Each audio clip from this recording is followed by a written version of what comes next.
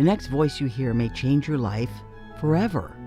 This is the voice of the chaplain of a ministry like no other. Here he is now making his way to the microphone. Please help us in welcoming the chaplain, Chaplain Dennis Keith Hale.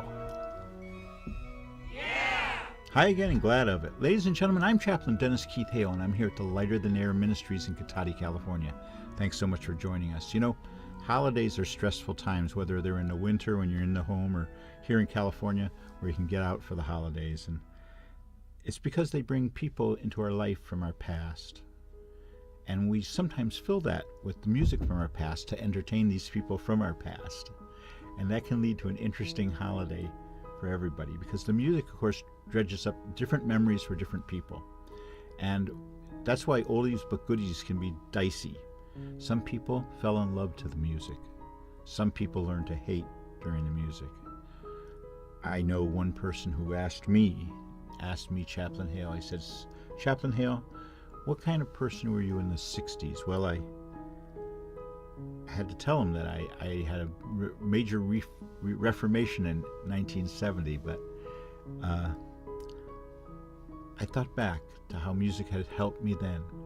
It actually helped me make the transition from being an angry young man into a frightened young man because of the draft, but after that, to be somewhat enlightened, I thought.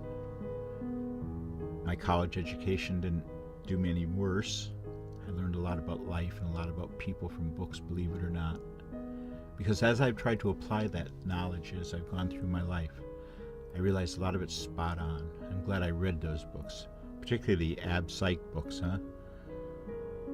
So I want to thank each and every one of you who knows how important music is in your life.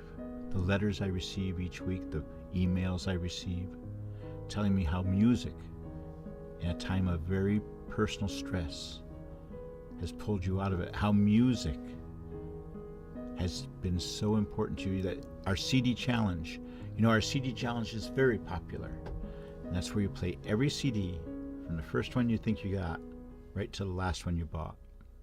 I know people are downloading now, and some of you did so years ago, but everybody's got a CD collection. And heck, if you got records, go back to them too. Because the further back you go, it's going to be better than any analysis that you may go through. No psychologist or psychiatrist knows you like your music knows you. So if you need help, if your life is in such a way that you feel stressed, go to your music. Watch how it's progressed through your life. And if you want to enhance that experience, try pairing it with marijuana. Not just sitting around the day, smoking all day or night, but we encourage you to use it in measured amounts as a sacrament to the life that you're celebrating, your own. We want you to smoke for just 7 minutes. 7 minutes by yourself. It's amazing how high you can get in 7 minutes if you try. And then lay off. And for the rest of an hour, 53 minutes, listen to your music. Listen to whatever music you want, but the music that's most important to you. We'd like you to, in fact, build a superset. It's for yourself. Just say 53 minutes of music that you will go to in your life, sort of like a hypnotic trigger. Whenever I say the word dragonfly, but this music will trigger things in your life, which will help you to get you through. It's amazing how it works, but it does work, because marijuana is nature's tranquilizer. Marijuana is nature's way of dealing with stress. And it's been with us all these years. In fact, it's here for us. It even allows itself to be cultivated in a special way for us. I believe music and marijuana together is a force in your life as strong as any other religion you may have studied. We're not a Christian ministry any longer, and we're not for profit, and we're not judgmental. But we're here for people who need us.